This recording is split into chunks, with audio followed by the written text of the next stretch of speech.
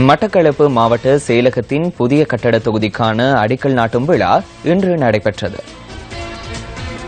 மட்டக்களப்பு மாவட்ட அரசாங்க அதிபர் PSM சார்ல்ஸ் தலைமையில் நடைபெற்ற இந்த நிகழ்வில் உள்நாட்டு அலுவல்கள் அமைச்சர் வஜிர அபேவர்தன பிரதம அதிதியாக கலந்து கொண்டார்.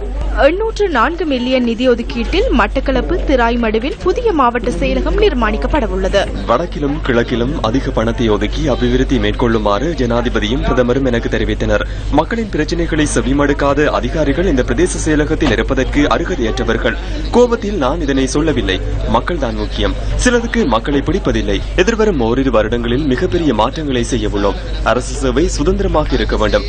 மாவட்ட அபிவிருத்தி குழு கூட்டங்கள் சிறப்பாக நடப்பதில்லை. அதில் எங்களின் குறைபாடுகள் காணப்படுகின்றன. யுத்த காலத்தின் போது மிகையாக பாதிக்கப்பட்ட இந்த மாவட்டத்தில் வறுமை அதிகமாக காணப்படுகின்றது, மதுப்பழக்கம் அதிகமாக காணப்படுகின்றது, கல்வியின் நிலை பின்தங்கி காணப்படுகின்றது. இதில் மாற்றத்தை ஏற்படுத்தக்கூடிய விதத்தில் எங்களுடைய கிழக்கு மாகாணத்தின் பக்கமாக உங்களுடைய பார்வை விழ வேண்டும். அதன் மூலமாக இந்த பாதிக்கப்பட்ட பிரதேசங்கள் உண்மையில் மீளெழுச்சி பெற வேண்டும். ஊழல் இல்லாத, மோசடிகள் இல்லாத, லஞ்சங்கள் இல்லாத ஒரு நல்ல ஆட்சி நடைபெற வேண்டும் என்று நாங்கள் எதிர்பார்க்கின்றோம். இந்த நல்லாட்சியை ஏற்படுத்தியதில் வடகிழக்கு மாகாணத்திலே இருக்கின்ற ஒட்டுமொத்தமான சிறுபான்மை சமூகத்துக்கு பாரிய பங்கு இருக்கின்றது.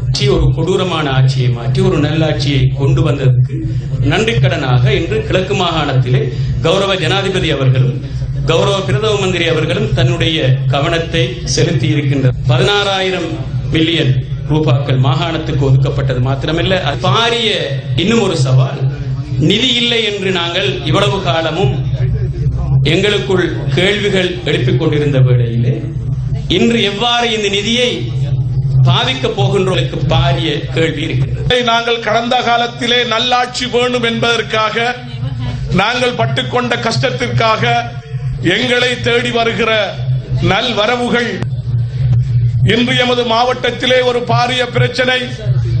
9,000 மில்லியன் ரூபாய்கள் வேலையை செய்வதற்கு முடியாமல் நாங்கள் தடுமாறிக் கொண்டிருக்கிறோம். இந்த மாவட்டத்திலே மணல் அகழ்ந்து எமக்கு தேவைகளை பெற்றுக்கொள்ள முடியாத ஒரு துர்ப்பாக்கிய சூழலிலே 9,000 மில்லியன் ரூபாய்கள் இந்த வருடத்தில் திரும்பி போய்விடுமா என்கிற அச்சத்திலே இந்த மாவட்டத்தின் அபிவிருத்தி குழுவின் இணை தலைவர் என்கிற ரீதியிலே எனக்கு மிகவும் கவலை இருக்கிறது. நமது GA அவர்கள் இதற்காக எந்த அளவுக்கு முன்னிருந்த அரசாங்கமாக இருக்கலாம், திரைசேரியாக இருக்கலாம், இப்போது இருக்கின்ற அரசாங்கமாக இருக்கலாம், அவர் எவ்வளவோ கஷ்டங்களை பற்றிருக்கின்றார் என்பது எங்களுக்கு தெரியும். ஒவ்வொரு முறையும் போகின்ற நேரத்திலே சில நேரத்திலே அவர் ஜீப் யானையில் கூட மோதி இருக்கின்றது.